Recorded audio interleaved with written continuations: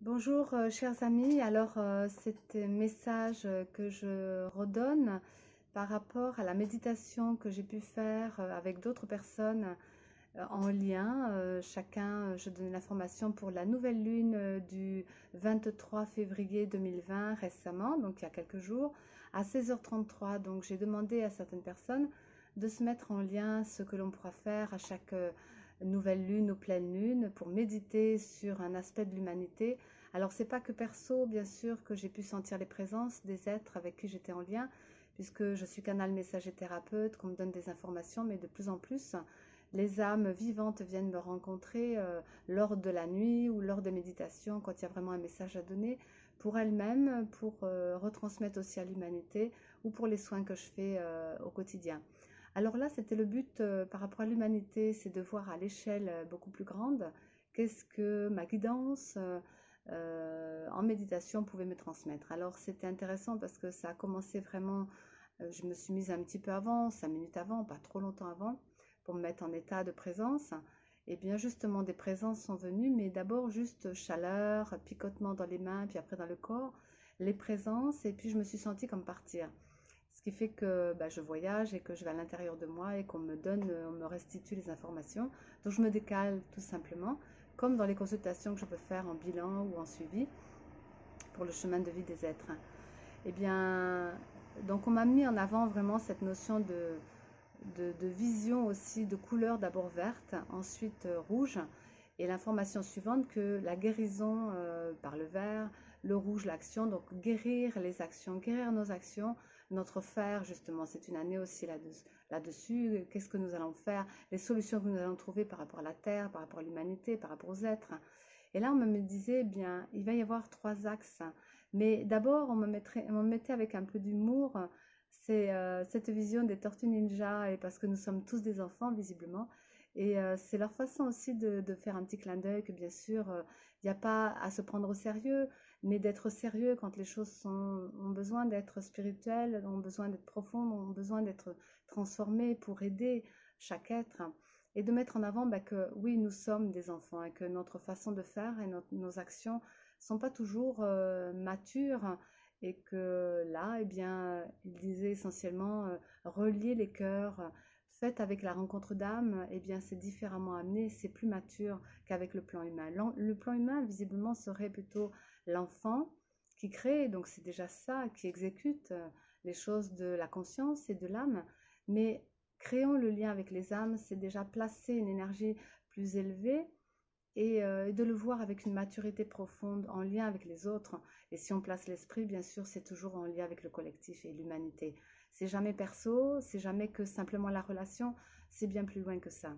Donc c'est un peu ce qui m'est demandé peut-être de mettre en avant, c'est pas peut-être, c'est sûr, de mettre en avant pour éveiller les consciences. Alors, je ne fais que traduire et transmettre, je n'apporte rien, sauf si on me demande de l'amener par rapport à quelque chose de vécu, mais je comprends ce que l'on me donne, et dans l'intelligence qui vient dans cet instant, puisque je posterai aussi des vidéos par rapport à comment je canalise, eh bien, c'est l'intelligence qui en ressort, ce n'est pas une interprétation, c'est une traduction, c'est bien amené différemment. Alors, on me fait comprendre qu'il y a 3 axes qui sont à mettre en avant. Eh bien, le premier axe, c'est la déforestation. Déforestation, eh bien oui, ce peuple des arbres qui sont là depuis bien longtemps, bien avant nous, comme la terre, nous arrivons bien après tout ça. Et eh bien, il faut replanter les arbres, parce que ces arbres qui sont là, qui ont des grosseurs, et par rapport à la racine, par rapport à leurs racines, par rapport à leur tronc, par rapport à leur feuillage, eh bien, nous apportent énormément de possibilités de purification de l'air, de l'oxygène, photosynthèse. Et puis que ces arbres, eh bien, évidemment que leur présence aide. Si on coupe, eh bien, ça assèche la terre. Donc leur présence amène la fraîcheur, et on travaille un peu plus sur les éléments qui fait que on a l'air, mais on a l'eau, l'humidité, on a en même temps la terre et la chaleur. Donc ces éléments sont en équilibre avec ces arbres qui sont plantés. Et si on coupe ces vieux arbres, parce qu'on peut replanter des nouveaux, mais les troncs, le temps qui se met en place, 30 ans, plus de 30 ans, 100 ans, voire 200 ans, voire sur certains pays beaucoup plus longtemps que nous, eh bien cette cause du manque d'équilibre perturbe la couche terrestre. Et gardons ces vieux arbres, replantons des nouveaux bien sûr, mais gardons ces vieux arbres. Et parce qu'ils amènent aussi des ions négatifs et qui permettent, par leurs ions négatifs, d'équilibrer les êtres, l'air, mais en même temps tous ces règnes. Et qu'aussi les règnes qui viennent, eh bien, ça peut être les insectes, les animaux, ou nous-mêmes, nous permettent d'avoir aussi par la lumière qui arrive quand même par cette photosynthèse, mais qui arrive aussi par l'éclairage à l'intérieur, de ne pas assécher la terre et de nous permettre un abri aussi. D'une manière ou d'une autre, cela aide, bien sûr, l'ensemble de l'humanité, l'ensemble des êtres et des êtres vivants, bien sûr. Mais toute chose aussi qui va naître en dessous, ça peut être des champignons, ça peut être l'herbe, ça peut être des pierres, ça peut être tout un tas de règnes aussi qui sont là bien avant nous. Le deuxième axe, eh bien, visiblement, donc c'est intéressant parce que je vois passer tout un groupe d'enfants à la queue leu-leu, mais qui sont avec des adultes aussi, mais surtout les enfants, la jeunesse en fait. Et ils avaient des pancartes, et sur les pancartes, il y avait des cœurs. C'était très créatif, très ludique, très enfantin, mais très vrai aussi, parce que l'enfant est pur et il sait ce qu'il veut ou ce qu'il ne veut pas.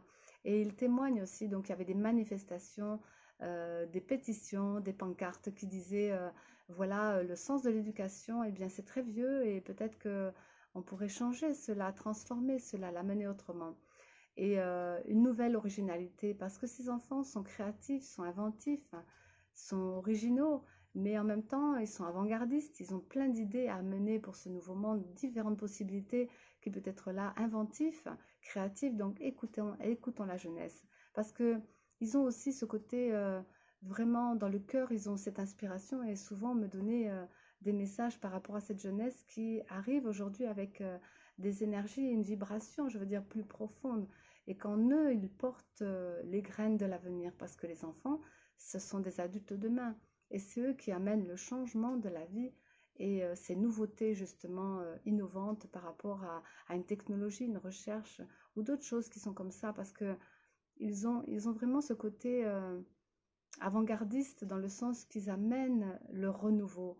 Et l'époque est en train de changer, les vibrations changent et bien sûr, il va falloir revoir peut-être cela. Donc revoyons la notion des idées et surtout la notion éducative qui est très très ancienne. Le troisième axe, eh bien, c'est sur les animaux. Les animaux, les abus, arrêtons les abus sur les animaux. Alors bien sûr que symboliquement on me le montrait comme comment je pourrais dire, certains peuples qui mangent les cervelles de singe. Bon, évidemment, on mange des animaux, mais attention comment on tue à l'abattoir les animaux, comment ils sont tués. Je veux dire, eh bien, à l'époque, les anciens honoraient, respectaient l'animal. Ils n'en prenaient pas plus que besoin. Et puis, ils priaient pour l'animal, pour qu'il parte, les Indiens essentiellement. Mais on me montre essentiellement aussi qu'on fait des abus par rapport à la recherche et tout ce qui est la science, donc les recherches médicales. Alors arrêtons les abus de cela, parce que on nous dit pas ne mange pas, mais comment tu manges et comment tu fais avec les animaux. Eh bien, bien sûr que la recherche peut-être, on a besoin de cela, mais peut-être aussi on peut trouver autrement que faire un abus sur les animaux, disséquer ou autre. Et puis je vois bien qu'aussi dans les universités ou dans des sciences, eh bien, on amène aussi ces animaux et on découpe et c'est pas forcément une bonne chose d'abuser. Donc je suis pas en train de mettre en avant ou d'avoir des a priori, c'est pas ça, c'est ce qu'on me montre. Donc on me montre bien aussi que le souci pour l'humanité, c'est de placer des priorités, de mettre des priorités. Alors là, on met en avant bien sûr la déforestation, on met en avant l'éducation de la jeunesse et les abus sur les animaux. Donc revoyons cela, essayons de pensons demain différemment, pensons à voir aussi ce que l'on laisse derrière nous, pensons bien.